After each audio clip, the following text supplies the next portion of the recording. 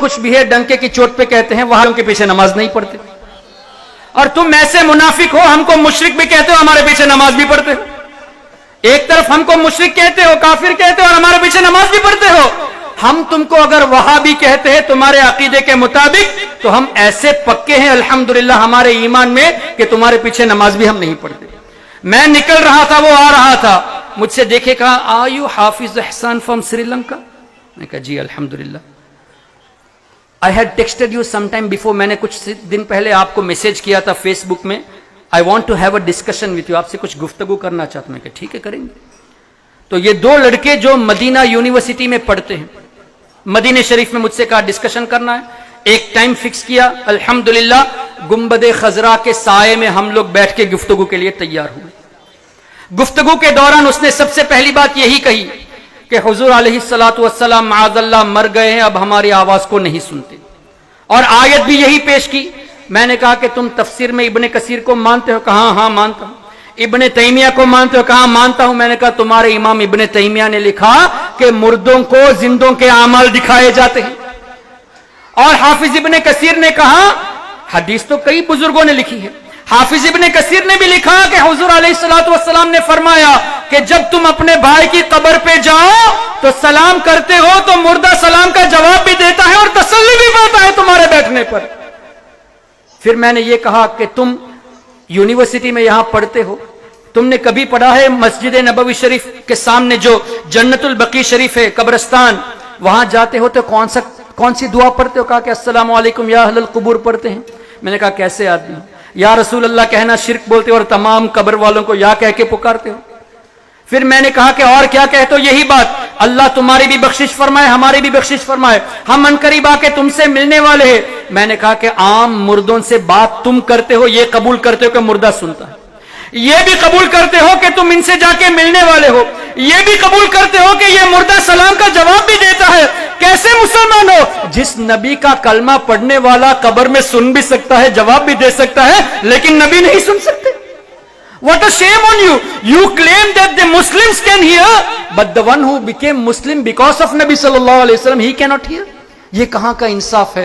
الحمدللہ اس گفتگو میں وہ ایسا مطلب شرمندہ ہوا کہ کہا کہ میں مزید ریسرچ کر کے آپ سے گفتگو کرنے آؤں گا۔ 6 مہینے ہو گئے، ابھی تک اس کا بھی کوئی پتہ نہیں، اور انشاءاللہ قیامت تک یہ نہیں آئیں گے۔ ایک راستہ ہے کہ اپنی غلطی کو قبول کر کے توبہ کر لے اور سنی بن جائے، اس کے علاوہ بچنے کا اور کوئی راستہ نہیں ہے۔ تو حافظ ابن کثیر نے اس حدیث پاک کو نقل کیا، اور اس حدیث پاک کو ابن ابی الدنیا جو 281 ہجری کے ہیں انہوں نے بھی لکھا، الاستذکار امام ابن عبد البر مالکی ہجری 463 انہوں نے بھی لکھا، امام غزالی رضی اللہ تعالیٰ عنہ ہجری 505 میں وفات پائے، انہوں نے بھی اس حدیث پاک کو لکھا کہ مردہ نہ صرف سنتا ہے بلکہ کلام بھی کرتا ہے، جواب بھی دیتا ہے اور تسلی بھی پاتا ہے۔ اور ابن تیمیہ ان کا امام ہے نا ابن تیمیہ، ابن تیمیہ نے اپنی کتاب اقتداء الصراط المستقیم میں بھی لکھا، منہاج السنہ میں بھی لکھا، اور فتاوی مجموعہ الفتاوی میں بھی لکھا۔ اپنی 3 کتابوں میں حافظ ابن تیمیہ نے ان حدیثوں کو نقل کیا۔ تم کہتے ہو مردہ نہیں سنتے اور تم ابن تیمیہ کی تقلید بھی کرتے ہو، ہم سے کہتے ہو تقلید کرنا شرک ہے، لیکن تقلید خود ابن تیمیہ کی کرتے ہو۔